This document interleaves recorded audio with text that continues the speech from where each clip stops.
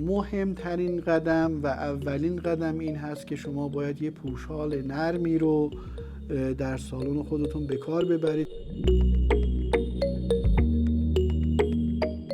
سلام، امروز میخوام در رابطه با جوجه ریزی در سالن‌های مربوط به گاز نکاتی رو خدمت شما دوستان عزیز ارائه کنم.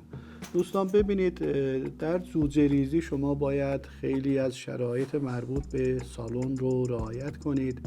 قبل از اینکه جوجه های خودتون رو وارد سالن جوجه ریزی گاز بکنید، شرایط قبل سالن رو هم باید رعایت کنید که شرایط قبل سالن رو چند نکته خدمت دوستان میگم حتما رعایت کنن.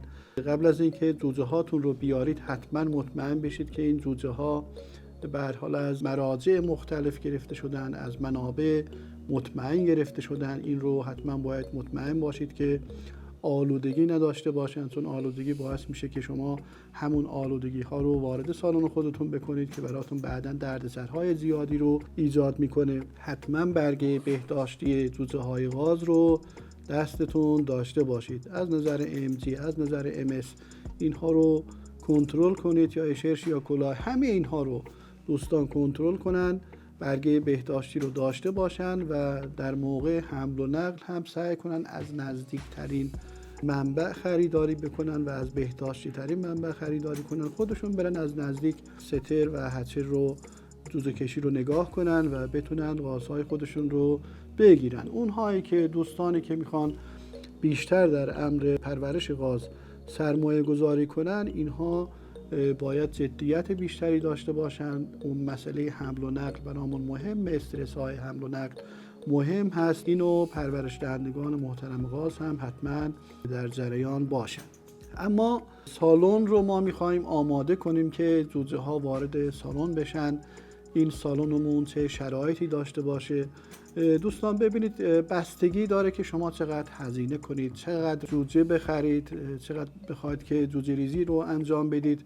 این بستگی به این داره. اگر شما مثلا، مثال میزنم خدمت دوستان، 400 قطعه جوجه رو میخواید وارد کنید و به سالنتون بریزید، در وهله اول شما به یک اتاق 2x3 یا 3x4 نیاز دارید. به اتاق بیشتر، فضای بزرگتری نیاز ندارید. در همین فضا شما میتونید جوجه هاتون رو به هر حال داشته باشید. در 2 هفته اول مسئله نگهداری جوجه ها خیلی مهم هست. اینو حتما دوستان به خاطر داشته باشن.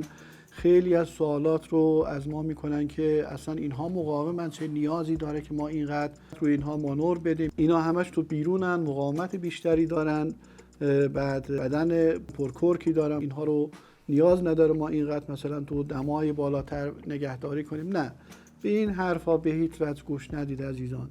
شما میخواید سرمایه گذاری کنید، شما میخواید از اینجا سود برداشت کنید، نمیخواید در واقع هزینه هایی که گذاشتید این هزینه ها رو هدر بدید. به همین خاطر قدم به قدم ما جلو میریم که دوستان این مباحث رو یاد بگیرن و تلفات خودشون رو بیارن پایین که بتونن انشالله از کار خودشون و از آموزشی که دارن میبینن سود بیشتری رو برداشت کنن.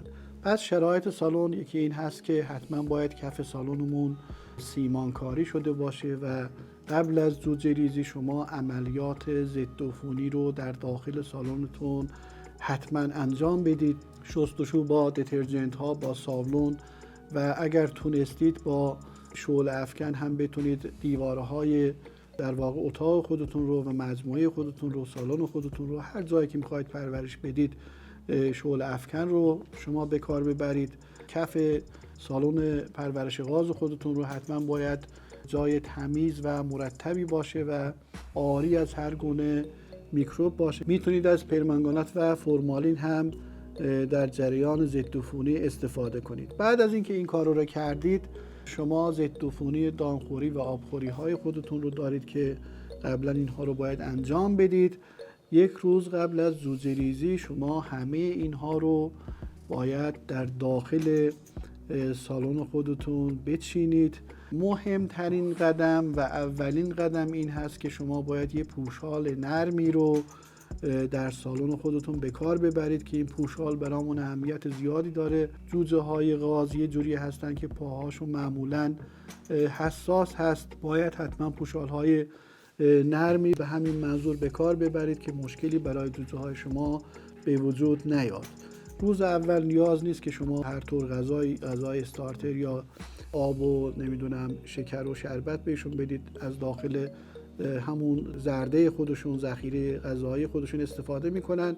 روز بعدش البته آب باید در اختیارشون باشه که کم آبی باعث دیهیدراته شدن بدنشون میشه. حتما باید آب در اختیارشون باشه. مورد بعدی استفاده از مادر مصنوعی یا گرم کردن فضای سالن خودتون یا اتاقی که در اون پرورش میدید هست. حتما باید دمای هوا بین 30 تا 32 درجه سانتیگراد رو برای جوجه‌های یک روزه خودتون مهیا و تأمین کنید. دوستان، اگر ما میگیم مادر مصنوعی، دیگه منظورمون این نیست که شما برید یک هزینه چند میلیونی برای مادر مصنوعی بکنید. اگر بخاری دارید که میتونید با اون گرم کنید، با تجهیزات خیلی کم هزینه میتونید اون رو گرم کنید، با اون تجهیزات گرم کنید.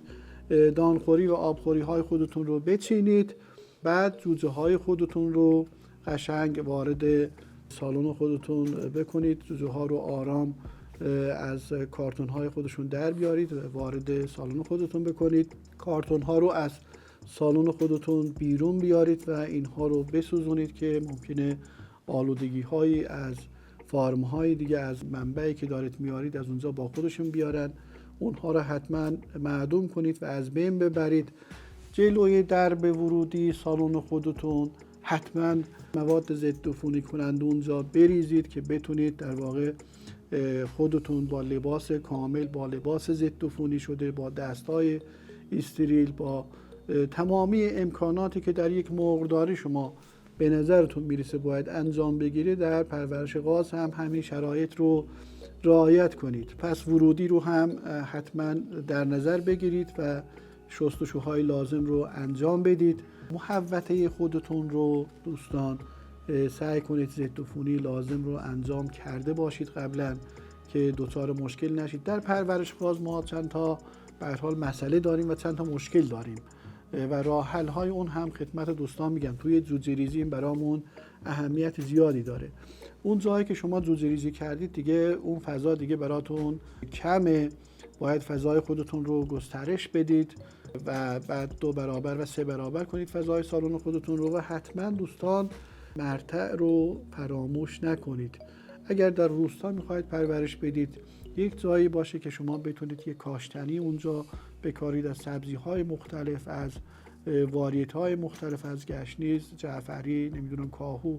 اگر تونستید اینها رو هم خریداری کنید یا از ضایعات اینها بتونید استفاده کنید، میتونید از اینها هم استفاده کنید. نان خشک و آب رو به هیچ وجه به غازهای خودتون ندید، دچار مشکلات گوارشی میشن. سایر موادی که به هر حال ما در جلسات قبل هم خدمت دوستان گفتیم، اون چیزی که توی داخل سفره است همینجوری نریزید جلوی جوجه غازهای خودتون. ببینید اونها شاید از روغنهای دیگه پخته شده باشن، روغنها سریعا فاسد میشن، ممکن اینها رو دچار مشکلات و بیماری هایی بکنن. حتما دوستان اینها رو مد نظر قرار بدن.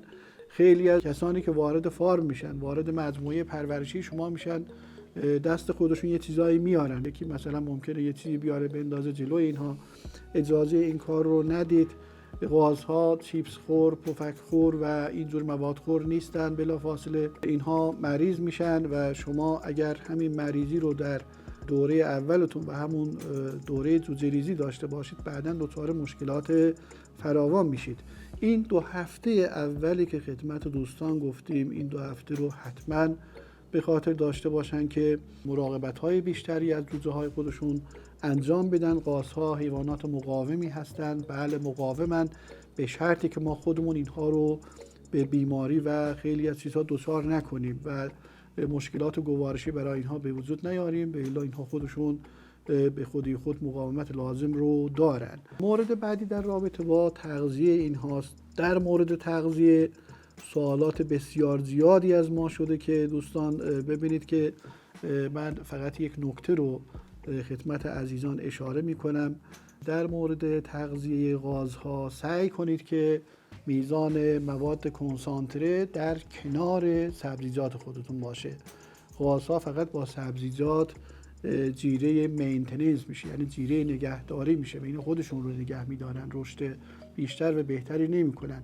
هر جایی که شما غازها رو نگه می‌دارید سعی کنید تهویه لازم و هوا و اکسیژن لازم رو هم براشون تأمین کنید. یه تهویه کوچیک هم داخل سالن خودتون بذارید، یه ورودی کوچیک که بتونن هوا رو در واقع جوجه‌های خودتون در اونجا داشته باشن، بتونن بهتر رشد کنن. در کنار اینها تغذیه کنسانتره و همراه سبزیجات سالم میتونه اینها رو سریعا رشد بده و بعد از 2 هفته میتونید شما کاملا جیره‌های مربوط به غازها رو بر اساس جداول NRC، بر اساس پروتئین و انرژی لازم، کلسیم فسفر لازم به اینها بدید که بتونید سریعا اینها رو پرورش بدید و سود بالاتری رو از اینها بگیرید. خیلی ممنون که تا آخر ویدیو با ما همراه بودید. ما رو به دوستان خودتون معرفی کنید. سیو و شیر و لایک یادتون نره. اگر سوالی در رابطه با پرورش غاز دارید حتما برامون کامنت کنید تا در اسرع وقت به سوالات شما عزیزان پاسخ داده بشه. خیلی ممنون. خدا نگهدار.